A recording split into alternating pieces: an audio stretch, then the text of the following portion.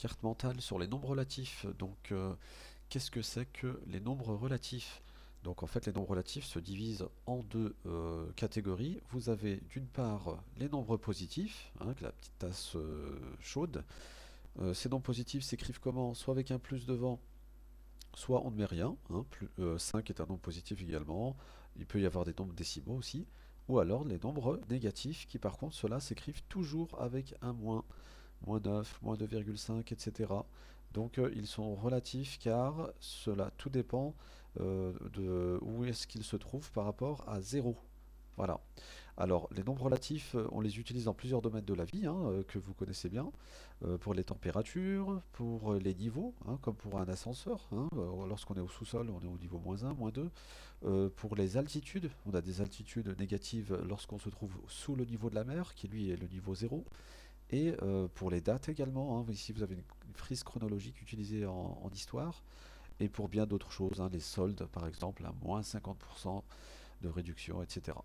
Alors, ces nombres relatifs-là, on peut les placer sur une droite graduée.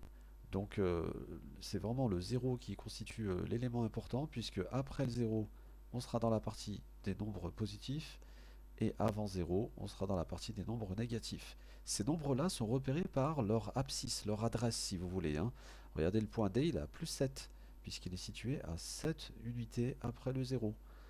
Le point A, il a plus 3. 1, 2, 3. Le point E a plus 4. Le point C, lui, est avant zéro, donc il est à moins 1. Le point B est à moins 4. Comment reconnaître qui est le plus grand?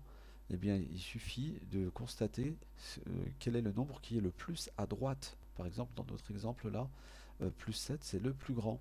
Donc si on devait classer les nombres dans l'ordre croissant, par exemple, du plus petit au plus grand, il suffit de lire votre droite graduée de la gauche vers la droite. Moins 4, moins 1, plus 3, plus 4, plus 7. Voilà. Et lorsqu'on veut aller dans l'ordre décroissant, on va dans l'autre sens.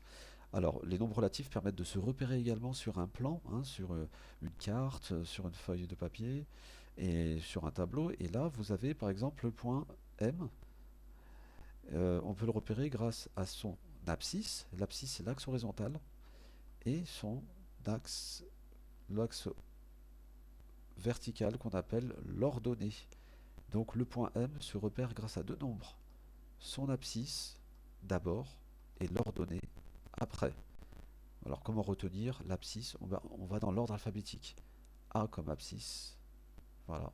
Et l'ordonnée, la lettre O vient après la lettre A dans l'ordre alphabétique. Les coordonnées de M sont -2 plus 1. -2 en abscisse plus 1 en ordonnée.